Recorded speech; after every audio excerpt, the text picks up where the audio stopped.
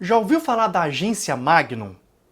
A Magnum simplesmente foi uma das primeiras agências de fotografia e a sua concepção foi muito importante, tanto para a fotografia em si, como também para muitos fotógrafos da época. E ainda hoje é uma das agências mais famosas e importantes do mundo.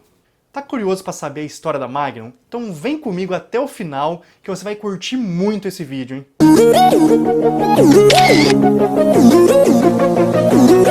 E aí, beleza? Eu sou o Bruno e no vídeo de hoje vamos falar sobre a agência Magnum, o que é, como surgiu e qual a importância dela no mundo da fotografia. Mas antes, dá aquela moral pra mim aí, senta o dedo no like, se inscreve no canal também, que dessa forma você me ajuda muito e me incentiva a postar mais conteúdo bacana como esse aqui pra você, hein? A fim de aprender a editar fotos, eu vou deixar aqui na descrição um link para um curso especial de edição de fotos totalmente voltado para fotógrafos, hein? São 16 horas de conteúdo em mais de 40 videoaulas, tanto de Lightroom quanto Photoshop, que vão te ensinar desde como abrir uma foto até fazer tratamento de pele profissional. Tá esperando o quê? Bora clicar nesse link aqui, ó, para garantir o seu curso de edição de imagens para fotógrafos. Bora lá então falar sobre a agência Magnum. A Magnum foi idealizada pelo Robert Capa. Se você não sabe quem é, dá uma conferida no vídeo dele aqui, que é uma história muito interessante também, hein? Pois bem, desde que acabou a Segunda Guerra Mundial em 45, o Robert Capa já estava com esse projeto em mente ali, só que foi só em 47 que finalmente a ideia criou vida, Durante um evento que estava acontecendo no Museu de Arte Moderna de Nova York, o Capa chamou alguns colegas fotógrafos dele ali para embarcar nessa ideia junto com ele. Esses colegas eram quem? Henri Cartier-Bresson, David Seymour e George Roger. Só por curiosidade, o nome Magnum veio da marca do champanhe que estava sendo servido nesse evento lá em Nova York. O primeiro escritório da Magnum, ele foi criado em Paris, num apartamentinho medíocre ali, com instalação precária, que só tinha um telefone. E de início, eles se dividiram geograficamente para trabalhar. Então o David Seymour ficou com a Europa, o Bresson ficou com a Índia e o Extremo Oriente, o Roger ficou com a África e o Capa ele ficou com os Estados Unidos. O Robert Capa ele foi o primeiro presidente, só que em 54, quando ele morreu, o David Seymour que assumiu a presidência da Magnum, só que ele acabou morrendo 2 anos depois também. Foi então que o Cornel Capa, o irmão mais novo do Robert Capa, assumiu a presidência e ficou até 1960 ali como presidente da Magnum. O que motivou a criação dessa agência? Para responder essa pergunta, a gente tem que voltar um pouco mais no tempo. Estamos falando da primeira metade do século XX. Em menos de 50 anos, a gente teve 2 guerras mundiais e várias outras guerras civis ali pelo mundo afora. Ou seja, com tanta guerra acontecendo, a fotografia teve um papel fundamental nesse período.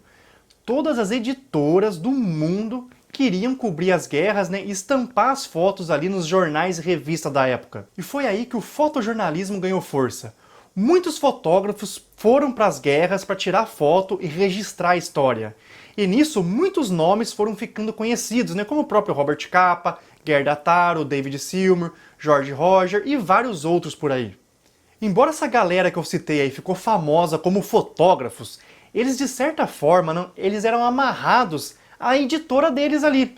Ou seja, as fotos deles só eram publicadas nos jornais que cada um trabalhava, porque os direitos dos trabalhos ali eram do jornal e da revista, e não do fotógrafo.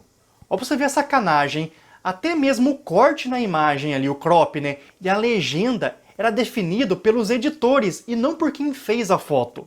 Como todo artista, eles queriam ter os direitos sobre as fotos deles, para ter a liberdade de vender para qualquer jornal ou revista que eles quisessem. Eles queriam que mais pessoas vissem seus trabalhos. Normal pensar isso, Só que além disso, teve uma virada de chave muito importante nessa época, que foi o início do fotojornalismo moderno. O fotojornalismo em si não é nada mais nada menos que o registro do fato.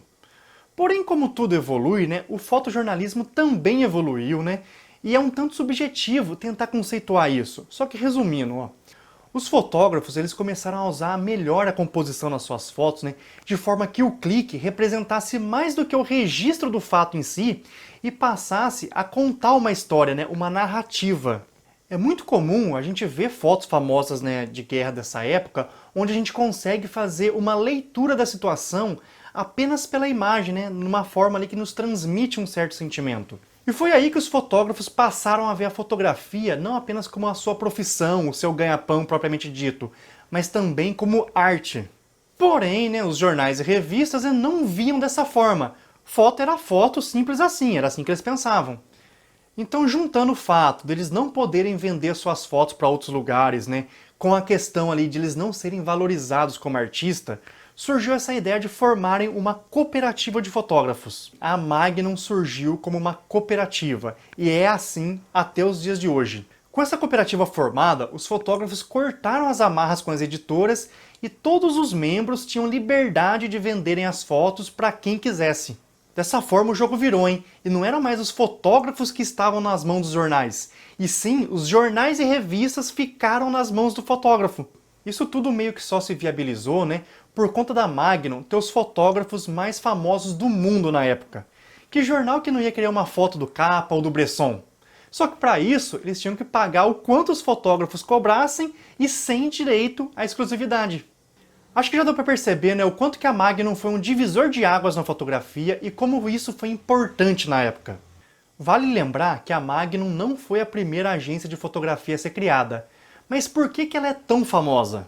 Dentre vários motivos, né, por ser criada como uma cooperativa, todos os membros tinham poder de voto, e a própria diretoria incentivava a liberdade criativa dos membros, né, ao invés de imporem as suas ideias. Isso foi um boom na época.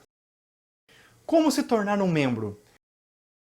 A agência Magnum tem mais de 70 anos e hoje é considerada a agência de fotografia mais famosa do mundo. E ela não chegou nesse patamar à toa, hein? Para ser a agência mais famosa, tem que ter os melhores fotógrafos do mundo. E talvez esse seja o fator determinante para o sucesso dela ao longo de todos esses anos. Para entrar na Magnum, tem que ser merecedor, hein? Não é qualquer um que entra não, hein? Saca só como que é o processo de aceitação na Magnum. Primeiro, você tem que apresentar um portfólio para ser nominado. Se te aceitarem, você passa 2 anos sob o acompanhamento de um fotógrafo membro. E então, se for aprovado por 2/3 dos membros, você vira um associado. Depois que você se torna um associado, você precisa que 2/3 dos membros te aprovem para que, enfim, você também vire um membro oficial da agência. São no mínimo 4 anos de espera até você fazer parte dos membros efetivos. Isso sem falar no mérito, né? Se for um fotógrafo meia boca, nem passa. E só para saber, ó, Sebastião Salgado, né, o fotógrafo brasileiro mais famoso, ele já passou pela Magnum. Ele fez parte da agência de 77 até 94. E hoje a gente ainda tem um brasileiro na Magnum. É o Miguel Rio Branco. Ele entrou em 1980 na Magnum. Como dá pra ver, né, realmente não é qualquer um que entra na Magnum. Para finalizar, uma outra curiosidade. A atual presidente da agência Magnum, que foi nomeada agora em julho de 2022, é Cristina Midel, uma fotógrafa espanhola de 47 anos, que atualmente mora aqui no Brasil, mais precisamente em Salvador, no bairro do Pelourinho. É muito gratificante, né, você ver a história e a cultura brasileira chamando a atenção de gente de fora, ainda mais de uma fotógrafa num cargo tão importante assim.